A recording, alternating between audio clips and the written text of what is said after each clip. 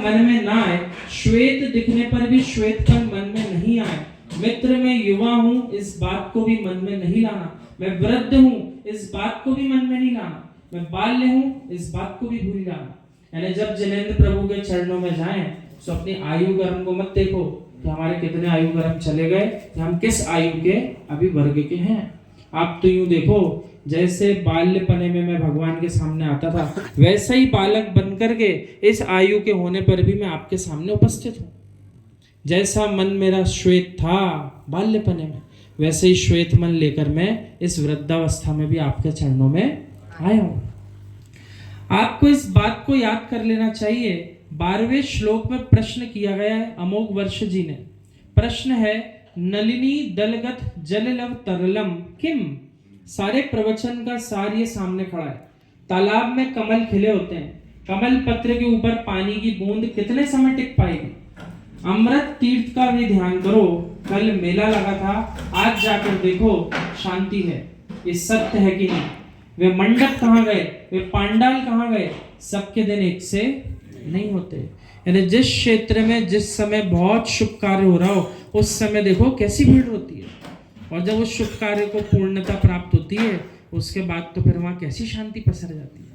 तो ऐसा उदाहरण यहाँ पर भी इस क्षेत्र का दिया अमृत तीर्थ का। हे मित्र, कभी आपने कंघी की क्या? हे मित्र, जितने लोग आपको कंघी करते मिले, बालों को सजाते मिले, दर्पण देखते मिले, उनसे कहना भाई इन काले बालों को सजाने में मत पड़े रहो। ये मेरी चांद कभी दिखती नहीं थी, पूरे में काले ही काले दिखते थे, पता नहीं चला कब उड़ गए। आचार्य श्री अपना कह रहे कि एक समय उनके लिए भी ऐसी बाल थे, लेकिन अब पता नहीं सब कहाँ गए। शौक भी हो कंघी फेर लूं तो कंघी भी अब चुभने लगी। ये समय है, जो है सो है, सबके दिन एक से नहीं होते। आचार्य श्री हमेशा कहते हैं अपने बाल्यपने की भी एक तस्वीर अपने पास रखो, अपने युवावस्था की भी रख लो, और जब वृद्धावस्था है उसकी भी रख लो। सो वृद्धावस्था के काल में अपन को यूं निहारना कैसी फुर्ती थी, किस प्रकार का शरीर था, और अब देखते देखते शरीर ने साथ देना छोड़ दिया। तो ये सब भारी लक्षण है कि शरीर ने आपका साथ देना बंद कर दिया। स्वयं के शरीर पर लाओ या जाइए। आप जब 10-15 साल पहले अपने सिर पर हाथ फेरते थे तो हाथ में बाल पकड़ने में आते थे, और आज तुम खोजो एक भी नहीं मिलने वाले। ये सत्य है कि नहीं? हे ज्ञानी, जिसको नष्ट होना है उस पर इतना क्या इतराना। कमल पत्र पर पानी की बूंद कब तक टिकेगी? जैसे कमल के पत्र पर पानी की बूंद क्षण मात्र में विलीन हो जाती है, वैसे ही कौन कौन सी वस्तुएं हैं जो क्षण मात्र में विलीन हो जाएंगी। जैसे जल की बूंद बताई, आप यदि तालाब में कभी कमल पत्र नहीं भी देखा हो कोई बात नहीं, आप तो किसी भी जल की बूंद को अपनी छत पर ही देख लो। बरसात का काल हो या धूप के काल में गिरी हो, कभी भी देख लेना, वो बूंद अपने अस्तित्व को कब तक जीवित रख पाएगी। वो क्षण भी आता है, वो पानी की जो बूंद गिरी सो वाष्पित हो गई, पता ही नहीं चला। बस वैसे ही इस पर्याय में आ गए, आयु गर्म के निषेक मिल गए, अब पता ही नहीं चलेगा अंतिम आयु गर्म का निषेक कब समाप्त होगा।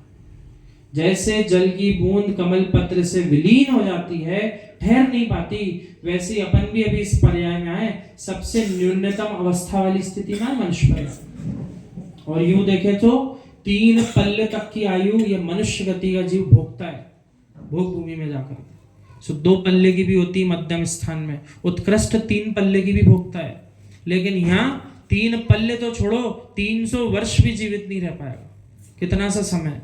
120 वर्ष अधिकतम काल, और 120 भी पूरा करने वाले तो विरले में विरले होंगे या होंगे ही नहीं। इस प्रकार से जीव को जानना चाहिए कितने आयु कर्म के निषेक चले गए, अब कितने बचे, इसका उत्तर खोजिए।